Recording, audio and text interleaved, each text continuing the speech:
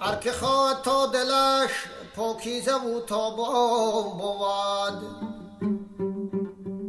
چاره ای تدبیر او در خان دنی قرآن بود.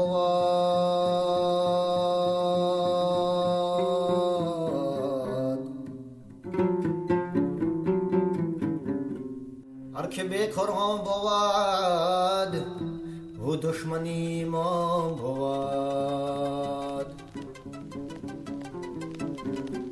هر که به قرآن بود همچون تنی به جان بود. این حقیقت سخنین از پروردگارت و رسول در معرفت صادقجان جعفرزادت خلیفه. اگر روا داری که به قرآن بود فرزندی تو، بر تو یه عمری عزیزم سر به سر تاوان بود. خوش نشستی بر براق و خوش خرامان در بیشت، تاج والله بر سرت از خلعتی رمان بود.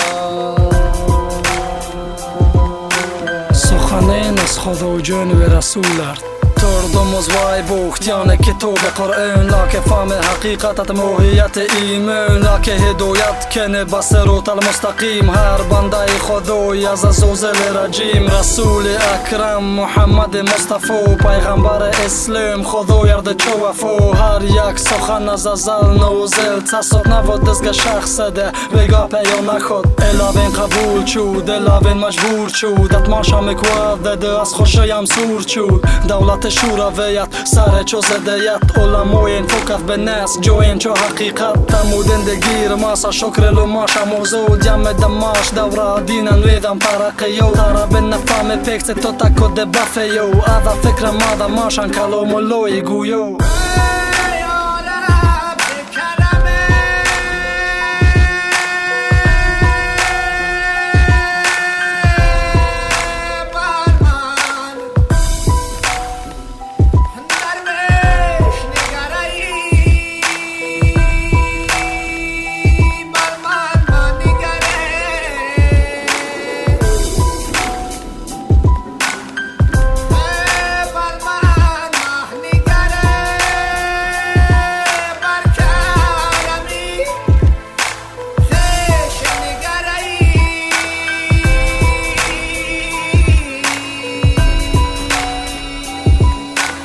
بزرگ قرآن ار خود الجوکه قرآن بزرگت سرانگر دل ویفت مثل شتارلی مرتا دلتا مسدی تصور که از راه دور چایتر تکیخت خط سی مرد یاد سقوغ از حتما منغولا قدرت تخوی وم ناوه الاف جانده شانده هرچی سگه بیود واره هرچی سگه فامه تو تمزه از قوغز نوشه توام جواب خطوگه سو که نگونو تکنه سواب فکرشه که یم خط از خودوی پدیمانه تفرا پلب تسوی تا نوی ماشان و خیز قدره نوشتن قرآن تیست خداوند انسان رو با شکلش آفرید است. پیامبر پیش از رحلت به امتون کرد قید باقی مانم دوی رو قرآن و اهلی بیت پروردگار وعده داد است کسی خواند قرآن رو با زودی عطا کند پاداش بزرگ رو. هر که خواند نام بسم الله و رحمان و رحیم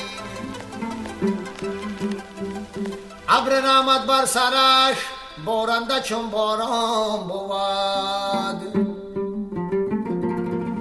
خوش بگفت این کلام ملای روم از کان علم هر که علم آموخته وی سلطان هر دو کن بود.